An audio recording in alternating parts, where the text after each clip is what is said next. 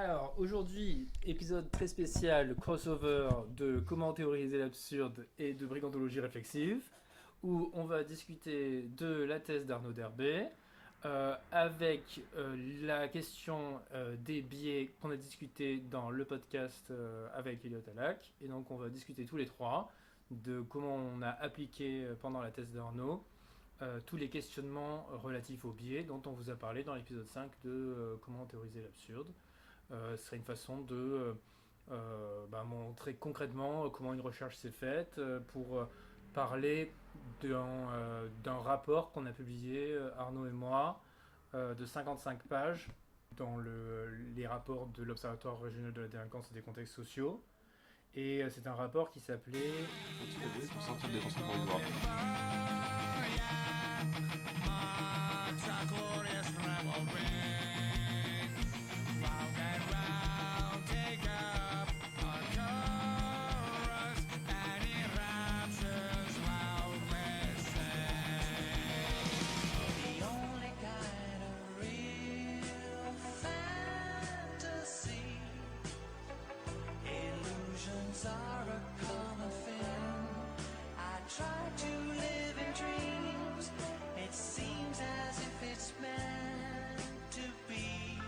Peut-être qu'on se fera un petit rappel de l'épisode précédent sur les biais du coup, parce que moi j'étais pas là et je l'avais même pas non plus écouté. D'accord.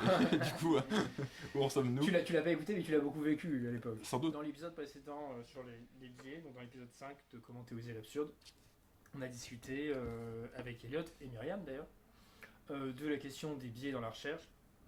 Et en gros, on a abordé ces trois points-là. Le premier point, c'est d'essayer de comprendre ce que c'est que le biais. En théorie, tu pourrais définir le biais comme étant une perspective tordue sur une réalité objective. Mais le problème, c'est que cette réalité objective, tu ne peux pas savoir ce qu'elle est. Et si tu veux avoir une définition utilisable du biais, le mieux que tu puisses faire, c'est de dire que c'est une surinterprétation en fait de ce que tu as, du matériel que tu as, dans un sens, alors que tu pourrais tout aussi bien l'interpréter dans l'autre. Ensuite, la deuxième chose dont on a parlé, c'est le fait que tout le monde ait une perspective en fait. Et donc que tout le monde est biaisé entre guillemets et que ça n'existe pas un chercheur qui n'a pas de perspective. La question des biais, elle est très discutée dans la recherche à cause des soucis qu'il y a pu avoir dans l'industrie pharmaceutique, et donc à la base elle était liée à la question des conflits d'intérêts, mais beaucoup de gens, par exemple Pierre Bourdieu, ont pu montrer que en fait des biais, des conflits d'intérêts, il y en avait partout à tous les niveaux quoi. Et par exemple, et donc c'est tout dont on va parler nous, par exemple, des chercheurs ont intérêt à découvrir quelque chose de nouveau. Des chercheurs ont intérêt à confirmer quelque chose qu'ils ont trouvé avant. Et donc en fait, un des trucs que les chercheurs doivent reconnaître, c'est qu'il n'y a pas d'un côté les mauvaises recherches où il y a un conflit d'intérêt, et de côté les bonnes recherches où il n'y a pas de conflit d'intérêt, il y a toujours des conflits d'intérêt. Et donc la dernière chose dont on va parler, c'est donc du coup quels sont les protocoles qu'on peut mettre en place pour neutraliser les conflits d'intérêt. Et donc il y a toute une série de choses, mais les deux protocoles qui sont les plus importants, c'est la standardisation des méthodes, c'est-à-dire qu'il ne faut pas que les méthodes soient décidées ad hoc par rapport à l'objet, sinon à chaque fois qu'on débattra de pourquoi vous avez choisi telle méthode, en même temps qu'on aura un débat sur le fond, on attachera ce débat sur le fond à une conclusion spécifique, et donc on dit si vous avez mis telle variable, vous aurez été favorable à tel résultat, et donc on ne sait pas du coup si la question se tourne autour de la variable ou autour du résultat, quoi. Et la deuxième façon de neutraliser les biais, c'est l'enregistrement initial des recherches, c'est-à-dire en fait de parler des recherches qu'on va faire avant de les faire, pour ne pas ensuite pouvoir changer son protocole ou refuser de publier si les résultats ne nous va pas dans le sens qu'on espérait. Donc voilà, c'est ça dont on a parlé, on avait pris plein d'exemples, et on avait évoqué vite fait ta thèse déjà dans l'épisode. Mais je trouve que c'est intéressant pour les gens qui nous écoutent qu'on parle un peu genre du processus très concret de comment est-ce qu'on a écrit ce rapport, c'était très long, hein, on a passé beaucoup de temps dessus, on voulait faire un truc vraiment nickel, et ce rapport c'est la première partie d'une recherche où il y a une deuxième partie qui va bientôt arriver puisque En fait c'est une sorte d'enregistrement initial c'est ça, c'est un enregistrement initial puisqu'à la fin on dit ce qu'on va faire, hein. Même si après le problème c'est il y a une sorte de régression infinie du coup. Est-ce que tu enregistres initialement ton enregistrement initial, tu vois? Non. Non, mais ce que ça veut dire, c'est que la recherche que tu n'as pas enregistrée initialement, tu n'as pas le droit de la considérer comme autre chose que inductive. Tu vois, c'est juste ça. Ça veut pas dire qu'il faut la jeter à la poubelle, parce que sinon on pourrait rien lire en fait comme recherche. Mais ça veut dire que toute la recherche qu'on voit, il faut la considérer comme inductive. Il y a par exemple un travail dont j'ai pas la référence, mais qui a comparé, ça va t'intéresser Elliot, qui a comparé les conférences que faisaient les gens à la Société américaine de sociologie et les versions publiées après, d'accord. Et ils ont vu que la principale différence entre les deux versions était la théorie. D'accord. C'est que les gens c'est-à-dire qu'en fait, c'est après avoir présenté des données à la conférence, suite aux discussions que les gens avaient eues, ils faisaient un papier publié où ils changeaient la théorie. Voilà. Ce qui montre que leur démarche est inductive. Mais est-ce que le changement de théorie allait avec un changement de méthode du coup? Non. Ils gardaient la méthode, ils gardaient les données, mais ils changeaient la théorie. Ouais. Ok, d'accord. Voilà. Non, on m'avait dit de faire ça à droit société du coup. Comment t'avais dit de faire ça à droit société? Avec Meryl, on était arrivé avec notre méthode, nos données, etc. Ouais. qui était béton quoi. Hum. Mais il n'y a pas de théorie derrière, et donc toutes les Ils ont discussions, dit, voilà, il faut- étaient autour de ça. Qu'est-ce que votre théorie derrière? En fait, ça c'est intéressant, mais ça, vous répondez à qui? Qu'est-ce que vous apportez de nouveau? C'est quoi le. Tu vois? Et c'est normal, mais c'est juste une première étape en fait. C'est-à-dire que c'est pas censé être comme ça tout le temps. Tu vois. Et surtout, il faut reconnaître que c'est quelque chose d'inductif du coup. C'est-à-dire que l'étape d'après ne doit pas être toujours comme ça. Ouais. C'est intéressant parce que du coup, c'est. Genre, tu vois, quand on parlait du papier de Mearsheimer là, qui disait qu'en fait, il faut toujours avoir une théorie de sa vérification. Et donc, en fait, il faut toujours avoir une théorie genre préalable à la vérification de l'hypothèse qu'on va faire. Bah, si les gens en gros conservent les mêmes méthodes et conservent les mêmes données, alors on fait comme si genre la vérification c'était quelque chose de brut et qui était inchangé, et on change juste la théorie. Mais si la théorie elle est plus préalable à la méthode et aux données qu'on a vérifiées, alors ça veut dire que les gens en gros font des vérifications d'hypothèses sans théorie. Et après la théorie sert juste de justification a posteriori. Mais ça n'a pas de sens du coup, ils ont rien vérifié finalement. Non, ils ont pas vérifié, en fait ils ont induit. C'est ça, oui, c'est ça le truc, c'est l'induction. Ouais. C'est une des raisons pour laquelle la plupart des résultats publiés sont faux. La théorie, c'est comme un manuel d'utilisation de genre la méthode et de la manière dont on va employer les. Et du coup, je comprends pas si comment après on change de théorie, ça peut encore marcher ce truc. Parce que c'est pour ça que la plupart des résultats publiés sont faux. Ouais. Du coup, du coup là, enfin, tu vois, c'est genre même pas une induction probante quoi. Non, c'est une induction qui n'a pas de valeur. Si, parce qu'il se peut, c'est pas toujours le cas, mais il se peut que comment ça s'appelle, que le genre de variables que tu as récupérées, la façon dont tu les as récupérées et la façon dont tu les traites soit compatible avec tout un tas de cadres théoriques. Tu vois, je dirais, ça arrive souvent. Tu vois, ou que tu réajustes juste. Oui, voilà, il se peut tout à fait que, voilà, au final, il n'y a pas 50 000 façons tu vois, d'observer comment les juges punissent, par exemple. Tu vois, il n'y a pas 50 000 façons de l'observer. Et qu'en effet, il aurait mieux valu procéder de la théorie et dire ok, donc c'est quoi la méthode du coup qui est la plus appropriée, et du coup on va tester. Mais quasiment personne ne fait ça, et c'est pour ça que Mearsheimer critique ceux qui critiquent. C'est pour ça que Menadis critique ceux qui critiquent. Et là, mais en revanche, il faut pas, c'est pas gênant d'avoir besoin à un moment d'une induction. Ce qui est gênant, c'est de faire passer l'induction pour la déduction. C'est ça tout le truc. C'est ça qui est gênant. On peut faire ce qu'on veut du moment qu'on dit ce qu'on fait. C'est pas le. Non, ça c'est pas problématique quoi, mais c'est juste qu'il y a un décalage dans le temps comme ça. Oui, il y a un décalage. Donc ça fausse un certain nombre de trucs. Ça fausse beaucoup de trucs. Ah oui, c'est un problème. Mais de toute façon, notre but c'est d'élever le standard au maximum. C'est pas de dire c'est quoi le standard minimum publiable. Le but c'est de dire c'est quoi le mieux qu'on puisse faire. Mais c'est un bon contre-exemple. C'est un très bon contre-exemple, mais ça montre que c'est publiable ça. Il y a une expression assez atroce en anglais là, qui s'appelle Least Publishable Unit, l'unité publiable minimale. Et c'est dire c'est quoi le moins de travail qu'on puisse faire pour arriver à un truc publiable. C'est quand tu penses à l'indice H. Là. Voilà, c'est ça. Et donc le but c'est pas de dire c'est quoi le truc minimum publiable, c'est de dire c'est quoi le truc. Et d'ailleurs, donc du coup on a passé beaucoup de temps sur ce rapport. Après c'est pas un changement total de théorie, tu vois. Par exemple, ce que j'ai vécu à droit de société, c'est plus un éclaircissement, tu vois, sur. Non, mais c'est parce que. Non, mais attends, c'est parce que c'est normal. Moi, ça m'arrive à chaque fois aussi. C'est normal la première fois que tu t'intéresses à une question de devoir discuter avec des gens de la théorie. Tu vois, je veux dire, c'est plus un éclaircissement plutôt qu'une autre découverte en fait de la théorie qu'il y avait derrière ce que j'ai fait, tu vois. Parce que eux, par exemple, ils t'ont orienté sur quoi? Ils m'ont orienté sur à me poser des questions. En fait, à me faire me poser des questions qui m'ont amené à chercher de cette manière et trouver ces résultats-là. De cette manière-là. Parce que je l'avais fait de manière presque. C'était intuitif, tu vois, parce qu'en fait, à force de lire la littérature, à force de lire tout ça, tu baignes, tu vois, dans toutes les théories de ce que tu as pu lire. Donc en fait, tu le fais intuitivement. Mais après, la discussion, c'est plus sur éclairer ton travail par une théorie qui... Ouais.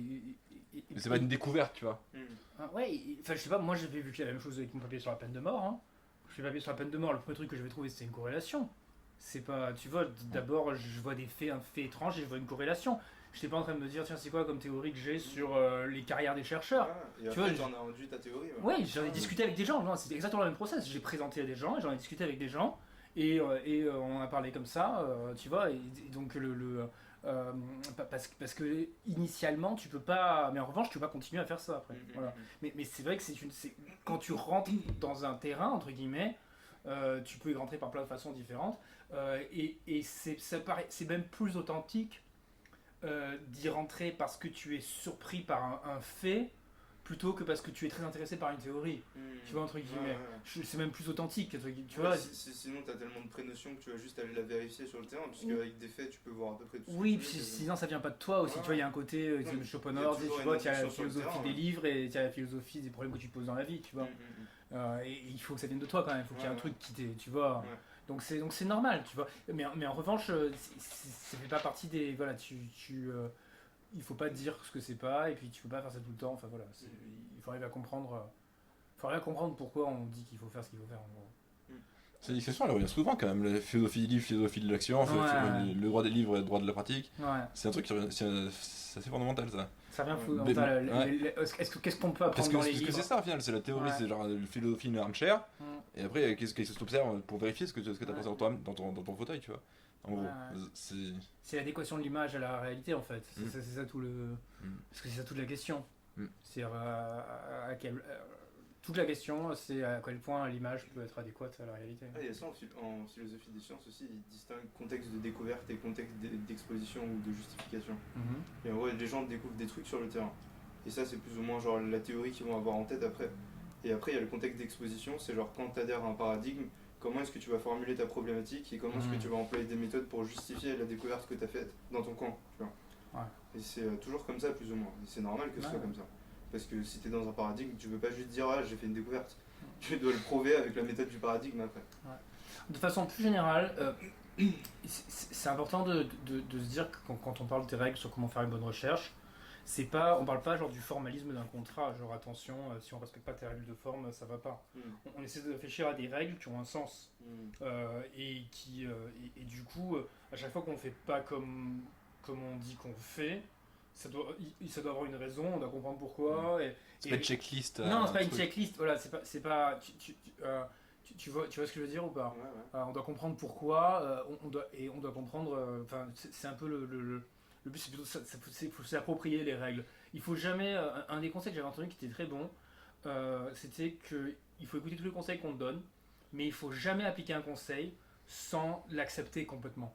Et si un jour à une soutenance de thèse, par exemple, on te dit pourquoi tu as fait ça. Tu n'as pas le droit de dire c'est parce que mon directeur de thèse m'a dit de faire ça. Il faut que tu dises parce que tu veux faire ça. Et pourquoi tu vois parce que tu n'es pas quelqu'un qui obéit à des ordres. Et donc soit tu as fait ce que ton directeur de thèse t'a dit de faire parce que tu as accepté ça, soit tu peux refuser ce qu'il t'a dit de faire et en discutant avec quelqu'un d'autre, soit tu peux, etc. Mais enfin, donc voilà, et ça je pense que ça vaut pour tout. C'est les règles, il faut arriver à s'approprier, à comprendre la signification qu'elles ont dans le contexte qu'elles ont, quoi. Tu dis donc au doctorant de ne pas être docte. C'est ça? C'est un conseil que j'ai de ton ami Louis Althusser, Ah oui. Il dit qu'il faut toujours avoir une théorie de sa pratique. Sinon, c'est pas ce qu'on fait. Bernard, il avait fait une allocution d'entrée dans un parcours, il a fait une allocution d'entrée à l'école de Chicago pour genre la nouvelle promo qui a été publiée après, vous pouvez la retrouver, qui commence en disant ne faites pas confiance à vos professeurs. Comme ça, dit puisque l'histoire montre que la plupart d'entre eux on dirait qu'ils ont eu tort. Et donc du coup, si vous voulez avoir confiance, vous n'avez pas plus de chance en fait d'avoir raison tout le temps. Tu vois. Mais sacré Bernard. Oui, sacré Bernard, c'est provocateur. Hein, ouais. Bon, si on reprend c'est intéressant de raconter le vécu du truc parce que donc toi et moi sur la question de l'aveu, donc est-ce que toi t'avais des a priori particuliers sur cette question ou pas quand Non, j'en ai absolument aucune. Alors du coup, je m'en souviens très bien. C'était il y a 2 ans et demi, du coup, j'étais là-bas, donc à la BU. Et je t'avais appelé du coup ici sous le préau pour t'annoncer les résultats.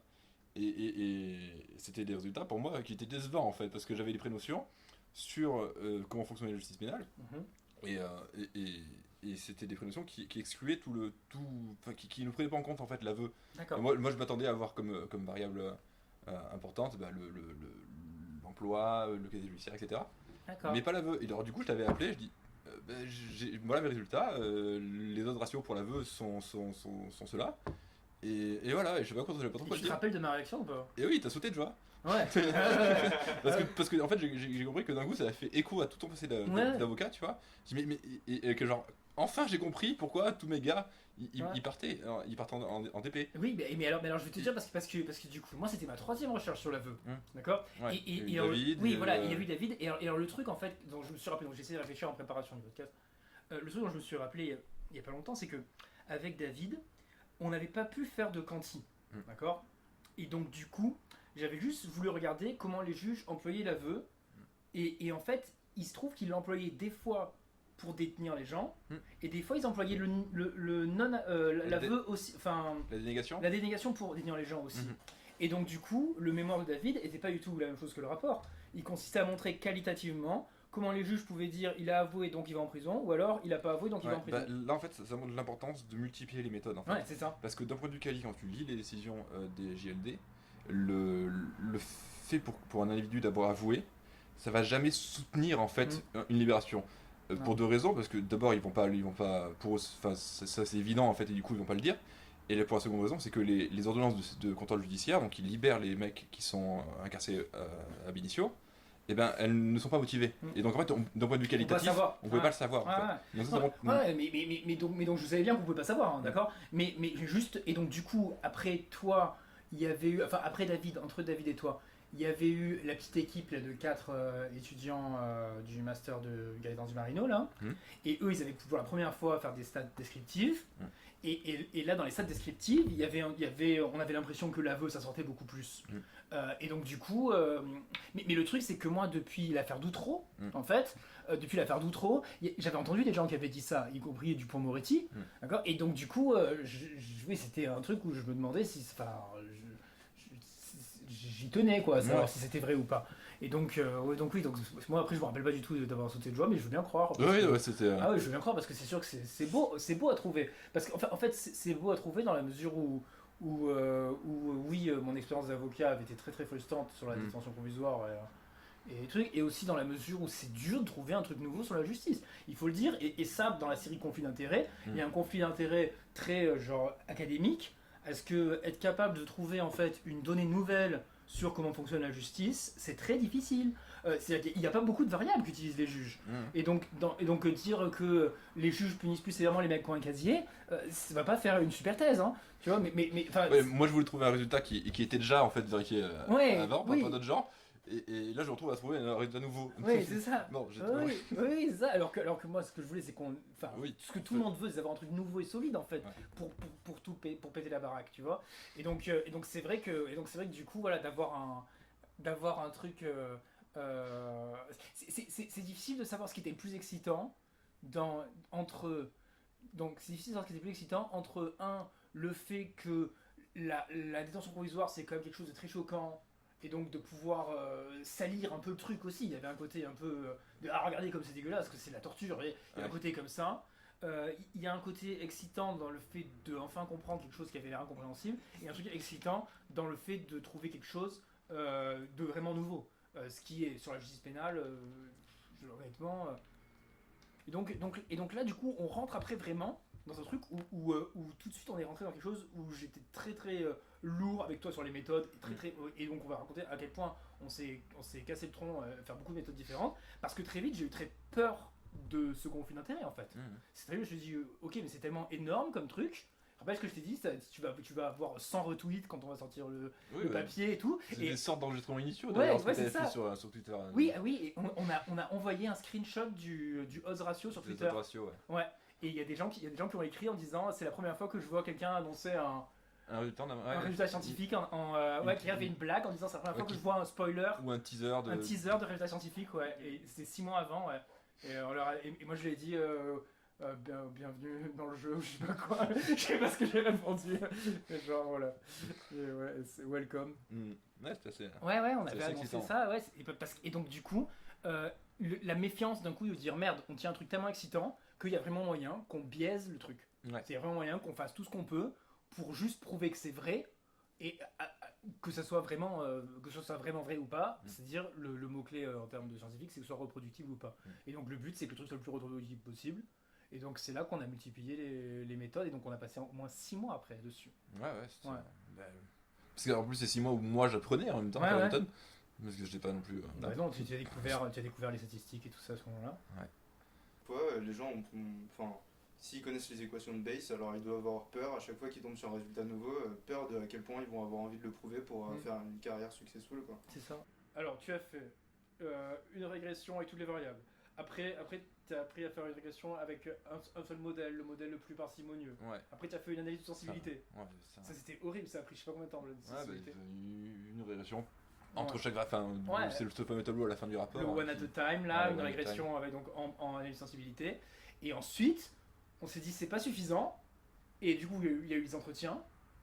Et il y a eu. Les entretiens sont quand même venus. C'est venu avant Enfin, il y en a eu avant, dans la phase exploratoire, tu vois. Ouais. Et donc, ça, c'était qu'avec les avocats. Et ensuite, les entretiens Les magistrats. sont venus avec les magistrats pour voir ce qu'ils en pensaient quoi, de ces résultats-là. Et pour enfoncer le clou, je voulais même pas publier, on a dû on l'a récupéré alors qu'il était déjà à l'épreuve pour rajouter les arbres de choix.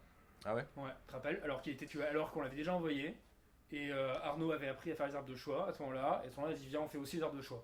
Et on a repris le truc, on a dit comme ça on a je ne sais combien d'angles sur le truc, donc avec les statistiques descriptives, des entretiens, une régression, analyse de sensibilité sur régression et les arbres de choix. Tout ça pour à chaque fois arriver à dire non, mais c'est sûr que c'est l'aveu, c'est sûr que c'est l'aveu. Ouais. Et donc, et sincèrement, tu regardes. En fait, c'est sûr que c'est l'aveu, c'est dire quoi? C'est sûr que l'aveu, c'est vrai. C'est-à-dire que c'est sûr que c'est pas du hasard, en gros. Ah. Voilà, dans la mesure du possible. Voilà, c'est pas le hasard de la méthode.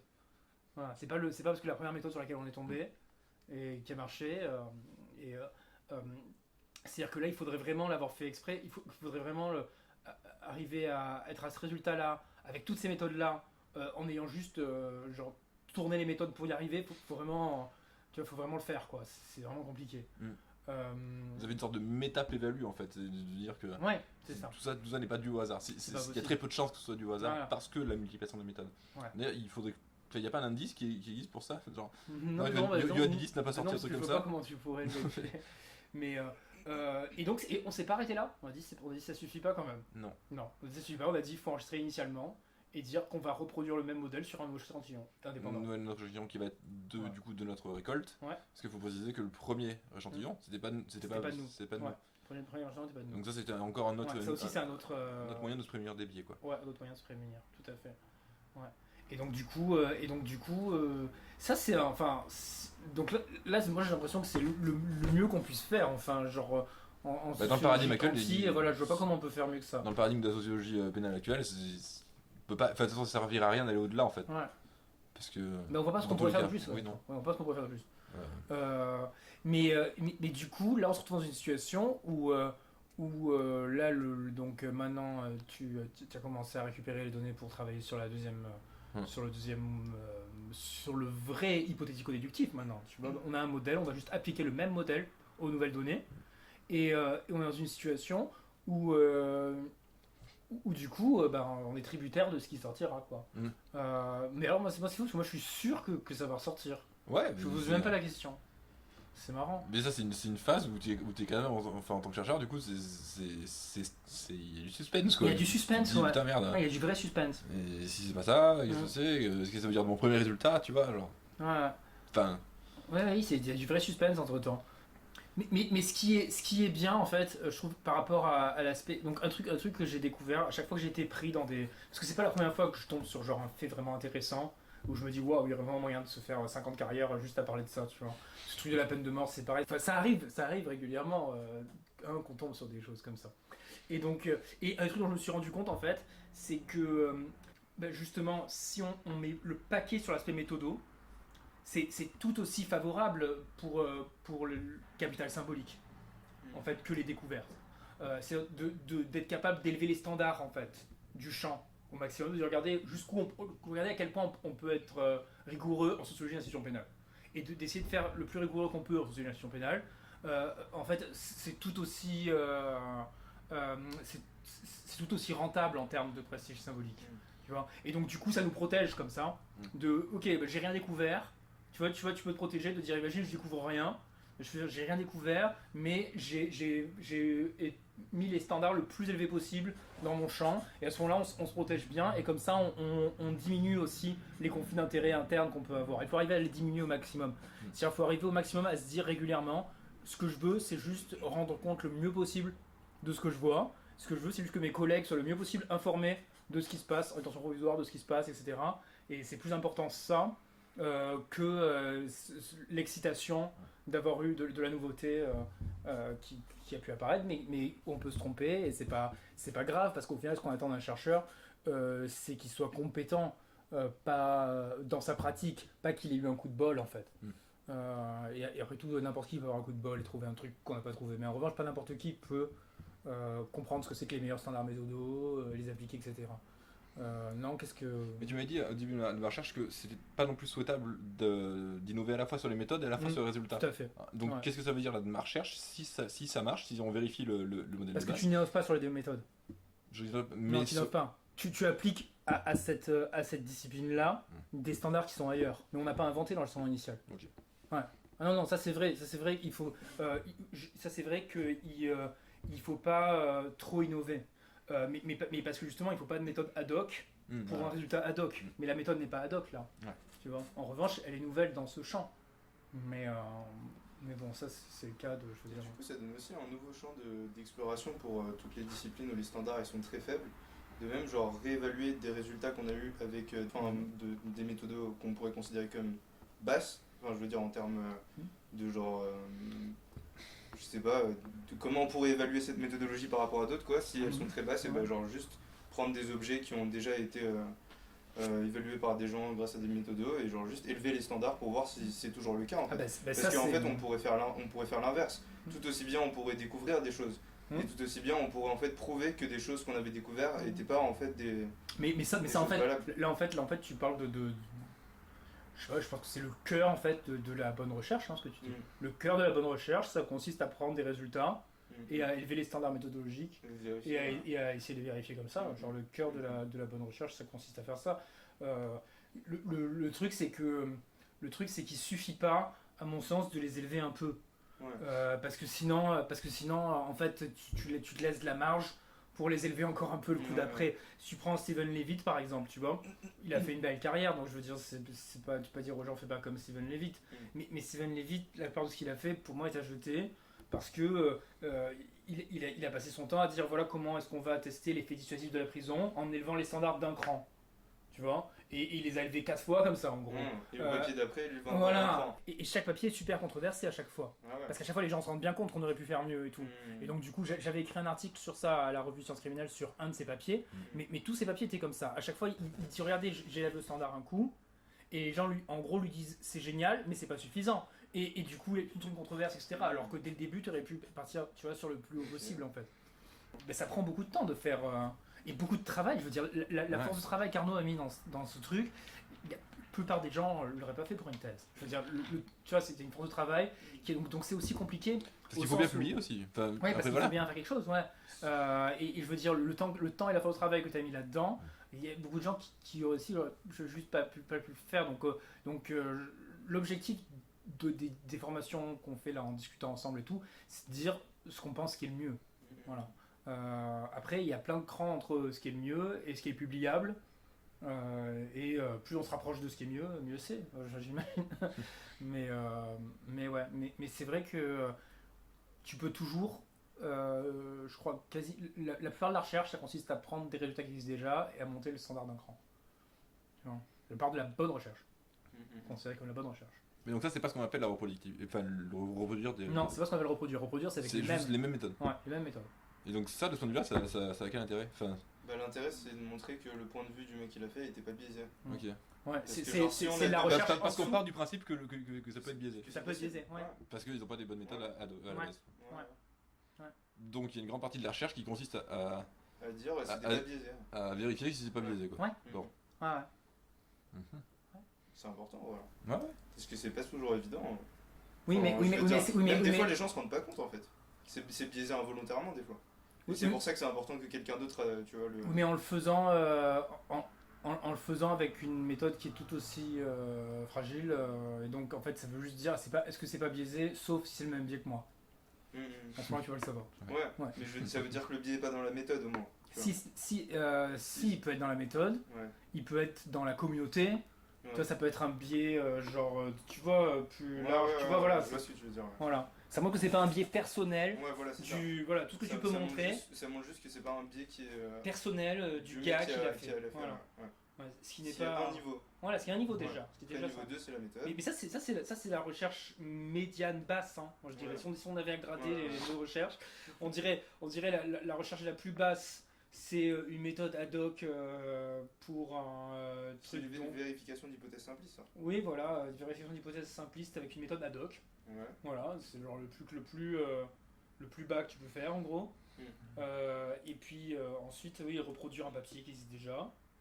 Mais j'ai l'impression enfin, tout ce truc, toute la discussion sur les biais, ça consiste à dire aux chercheurs de faire de la recherche en essayant le plus possible de dépersonnifier la production scientifique. C'est-à-dire en extrayant le plus possible ce qui peut être un effet personnel de la recherche. En fait, ça consiste à, je sais pas, épurer quelque part. Ouais. En gros, c'est ça. Ouais. C'est C'est ça, standardisé. ouais, standardisé, c'est juste dire que c'est de la recherche, on va dire pure, mais je sais pas comment le Ouais, dire, mais, c'est ça, ouais. Ouais. mais c'est pas. Et c'est la transparence en quelque sorte. Parce qu'en fait, tout ce qui est personnel et ce qui est pas transparent. Ou l'objectivité, un peu. Ouais. C'est genre Ouais. comment est-ce qu'on fait pour être le plus objectif qui soit. Et Mm. donc il y a deux niveaux. Il y a les gens qui disent ok je vais faire exactement la même chose que toi, et si je tombe sur le même résultat avec ta méthode, alors ça voudra dire que. Ou si je tombe pas dessus, ça voudra dire que c'était toi le problème. Ou sinon c'est que c'est pas toi le problème. Moi je sais ça. Et après il y a un autre mec qui arrive et qui dit bon on est d'accord sur le fait que ils ont obtenu le même résultat. Et maintenant on va élever le standard et on va voir si avec une autre méthode ça tient aussi, Ouais. qui est de meilleur niveau. Tout à Et fait. donc tout ça permet d'arriver à un truc où on se dit ok on a un résultat et a priori c'est bon. C'est toute une chaîne. Ouais. Ça peut pas se faire Mais donc il y a deux trucs comme ça, tu vois, Ouais. genre la personne et la méthode. Ouais. Les hommes et les méthodes. En effet. Il a embauché moi. Oui. Ouais, non, oui, tout consiste à dépersonnifier, ouais, parce qu'en fait, tout ce qui est dans la personne est ce qui n'est pas communicable en fait, globalement. C'est Ouais. que si tu peux le communiquer, à ce moment-là, c'est plus personnifié, ça devient des livres, tu vois. Ouais. Et à ce moment-là, c'est bon, on peut en Ça discuter. vient des idées du coup. Ouais, et on peut en discuter. Mais si c'est genre mon ressenti et que, en gros, et ben à ce moment-là, ça peut pas être de la science en fait. Ou des conflits d'intérêts, tout ça. Oui, non, genre juste, Ces trucs, juste hein. un résultat qui consiste à Ouais, dire ouais. mon ressenti était que Ouais, ne peut pas être de la science. ouais, ouais. C'est autre chose à ce moment-là. C'est autre chose parce qu'il n'y a aucune façon d'en tirer une. Imagine par exemple, genre il y a un étudiant qui veut savoir si c'est sympa de venir faire un master à Aix-en-Provence. Donc il demande sur Facebook c'est quoi votre ressenti à Aix-en-Provence. Est-ce que c'est sympa? Et le premier il répond oui c'est génial. Le deuxième répond non c'est atroce. Tu vois. Et ces réponses-là elles sont pas scientifiques au sens où la personne qui a demandé en fait ne sait pas ce qu'elle va pouvoir faire de ces deux informations.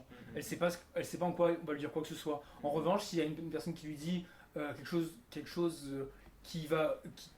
où elle a traduit entièrement en idée l'information qu'elle veut communiquer, à ce moment-là, l'autre pourra dire à Aix-en-Provence, ce que j'ai beaucoup aimé, c'est ceci ou cela, et il y a un truc que l'autre peut comprendre.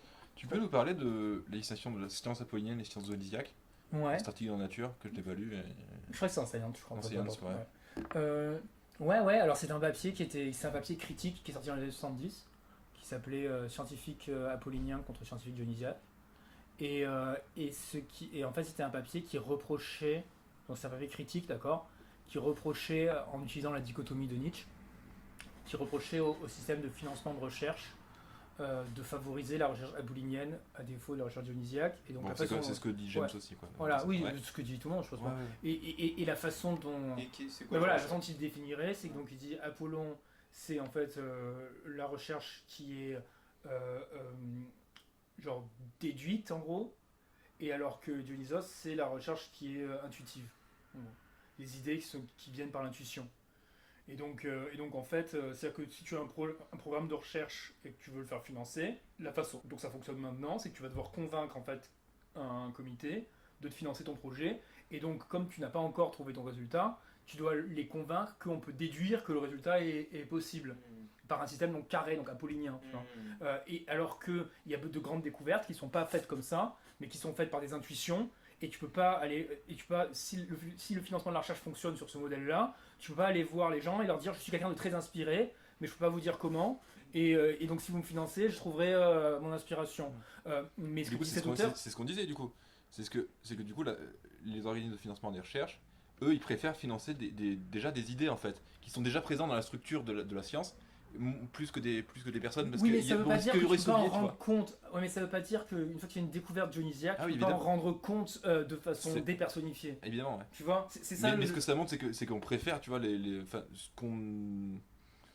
qu'on veut ce que ces organismes-là veulent pour la science, c'est avant tout, tu vois, de solidifier l'édifice. Tu Ouais, je pense que ce qu'ils veulent, c'est des choses moins risquées surtout. Ouais. Tu vois, c'est juste que c'est moins risqué aussi. Ok. Enfin, je sais pas. Ouais, ouais. J'imagine que tu vois, parce que en fait, plus tu finances un projet apollinien, moins il est risqué, au sens où plus les gens peuvent se faire une idée de la probabilité que ce soit vrai, en gros. Mm.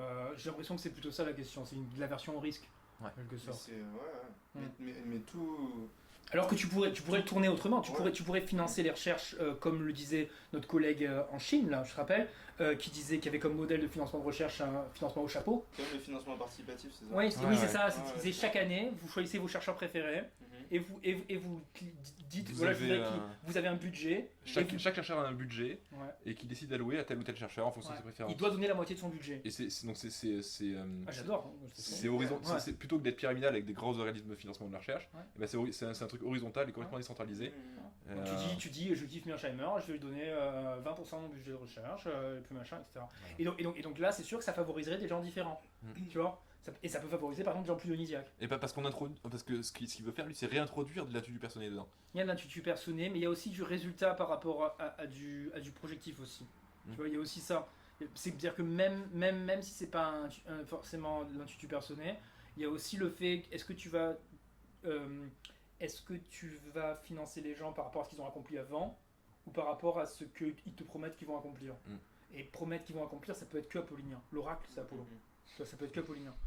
En revanche, ça semble logique, parce ouais. qu'à chaque fois que tu demandes des fonds, que ce soit une banque pour financer un projet Ouais. ou quoi que ce soit, les banquiers ou même genre les communautés scientifiques préfèrent les gens rationnels aux gens intuitifs. bah oui, Parce que c'est impossible de pitcher quelque Non. chose qui est genre une intuition, ça me paraît. Enfin, c'est genre, juste. c'est même, pas même si t'as l'air comme ça d'un génie, tant que t'as rien produit et qu'on peut pas se baser sur ce que t'as fait, et ben genre t'as beau dire j'ai l'air d'un génie et je suis un génie et j'ai une idée géniale, personne va se baser là-dessus quoi.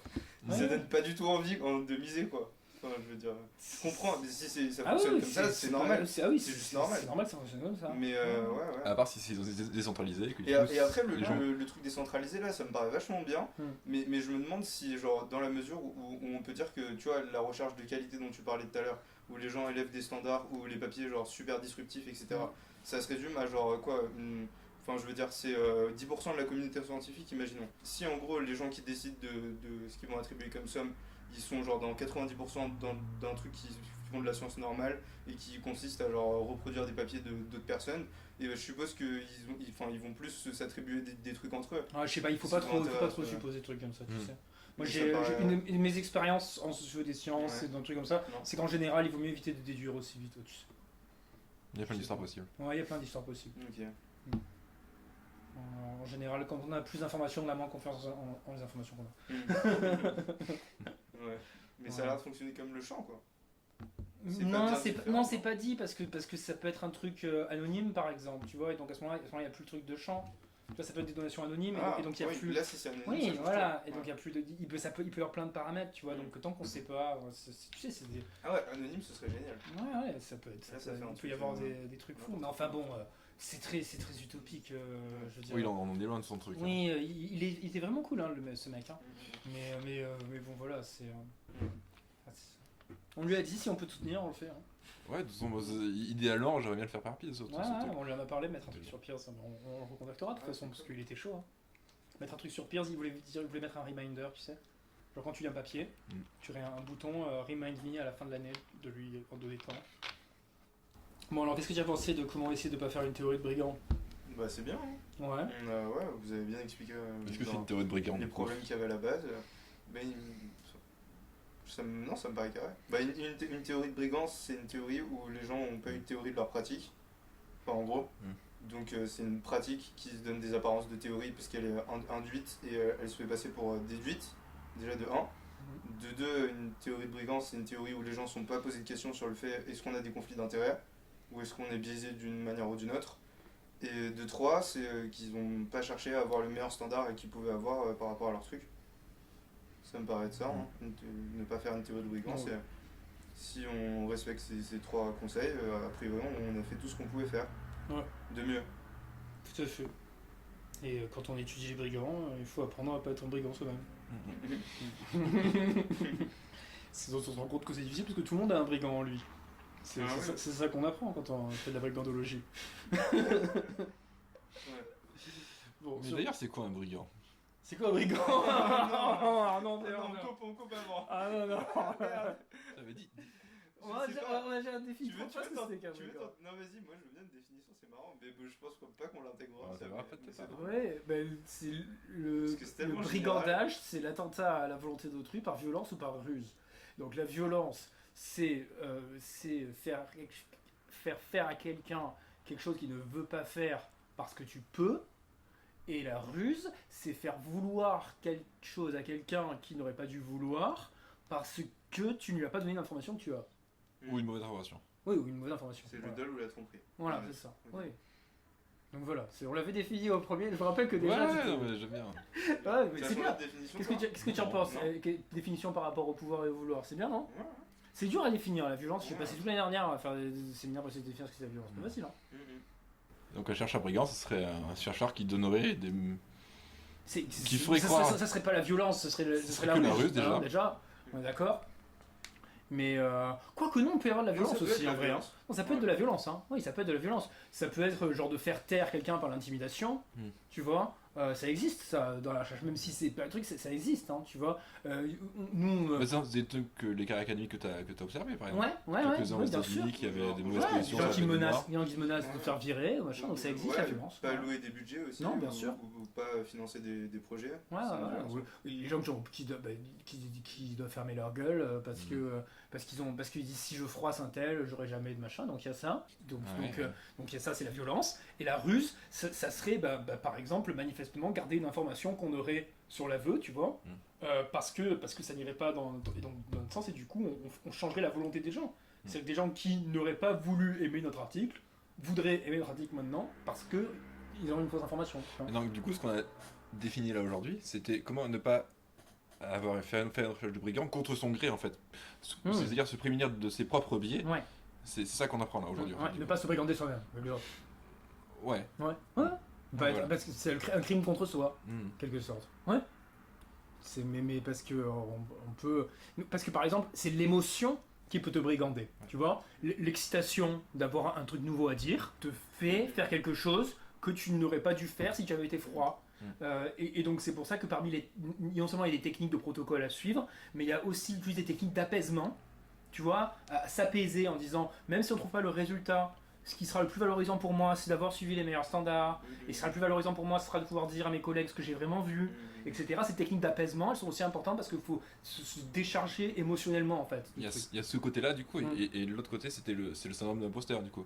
C'est aussi observer sa recherche par le prisme de tout ce qu'on a dit aujourd'hui, pour être certain, dans une certaine mesure, de ne pas brigander sa recherche, et donc de ne pas être un imposteur. Et pour avoir confiance en soi. Du coup, avoir confiance. Ce qui est très important parce que le syndrome d'imposteur, c'est un gros problème dans la recherche, surtout chez les jeunes chercheurs. Et du coup, c'est super corrélé en fait, parce que, donc du coup, si on synthétisait tout ça, en fait, ne pas être un brigand, c'est juste tenter absolument de faire triompher sa volonté de vérité sur sa volonté intéressée. Parce que toutes les fois où la volonté est intéressée, c'est à raison d'une excitation d'un résultat nouveau, ou d'un conflit d'intérêt, ou d'une valorisation de sa carrière, etc. Et sa volonté de vérité, c'est genre ce que le sens commun pense que la science est, à savoir que des gens qui découvrent des choses et qui c'est une vérité objective et personne n'a de conflit d'intérêt, parce que dans tous les cas les gens sont rémunérés, etc., comme s'il n'y avait pas de conflit à l'intérieur de l'université, etc. Et j'ai l'impression que c'est juste ça se résume à ça en fait. Ouais, c'est extraire toutes les tous les paramètres personnels. Tu vois, Et du coup, ouais, pour faire le. Voilà, c'était ça le deuxième truc. Comme tu as parlé de complexe d'imposteur, je pense que les gens qui ont un complexe d'imposteur, ils l'ont que quand ils ont l'impression que ce qu'ils sont en train de faire va pas les amener à découvrir quelque chose de vrai. Parce que soit il y a une part d'intérêt qui naît en eux, soit parce qu'ils n'ont pas les moyens de trouver ce qui est vrai, à raison des instruments ou des méthodes qu'ils emploient. Et du coup, ils doutent, en fait. C'est comme s'ils n'avaient pas les règles de la méthode pour avoir foi en leur action. Parce que c'est quand t'as pas foi en ton action que t'as peur d'être un imposteur. Si t'avais foi en ton action, tu pourrais pas avoir un quelconque sentiment d'imposteur. Et donc plus on se met dans une situation qui nous permet d'atteindre cette volonté de vérité, plus on a foi en notre action. Et plus on a foi en notre action, plus on fait une bonne recherche. Et plus on fait une bonne recherche, plus on n'a pas l'impression d'être un imposteur, en fait. Ça, c'est sûr que c'est fait en partie de l'histoire. C'est sûr que c'est une grosse partie de l'histoire. Je sais pas toi ce que t'en penses, Arnaud, mais je veux dire, moi je sais qu'à chaque fois que j'ai élevé les standards dans mes recherches et que j'ai fait tout, etc., je me suis senti beaucoup plus... Ça semble évident, quoi. Je te sens beaucoup plus sur le toit après. C'est juste tout. Faut pas psychologiser le syndrome de l'imposteur comme si c'était un truc qui n'avait rien à voir avec ce que tu avais fait. Plus tu balises les trucs, moins tu te sens comme un imposteur, parce que moins tu as de raison de te sentir comme un imposteur. Dès que tu changes de domaine, plus tu te sens facilement comme un imposteur dans le nouveau domaine. Moi je me suis rendu compte à chaque fois que j'ai changé de domaine, pendant les premiers mois, je suis là, je me dis mais est-ce que je raconte pas n'importe quoi là, etc. Et c'est normal. Et moins t'as de raison. C'est vrai que c'est pas dit que ce soit toute l'histoire, mais c'est vrai que c'est obligé que ça fasse une grosse partie de l'histoire, quoi. Voilà, donc merci pour ce crossover. Donc merci Elliot. Tu en as appris un peu plus sur les brigands aujourd'hui. Oui, j'en ai appris beaucoup plus sur les brigands. Et Arnaud, tu en as appris un peu plus sur l'absurde aujourd'hui. Sur mon épistémé. Sur ton épistémé. Tout à fait. Ouais, et sur ton paradigme. Ouais. Et sur ton métaparadigme. Ouais. Oui, chef. Et sur ta volonté de vérité. Tout ça, tu as appris beaucoup de choses sur ces choses-là. Qu'est-ce que c'est Ça, il coupera, j'espère. Je sais pas, on verra. Bah, laisse t'aider là.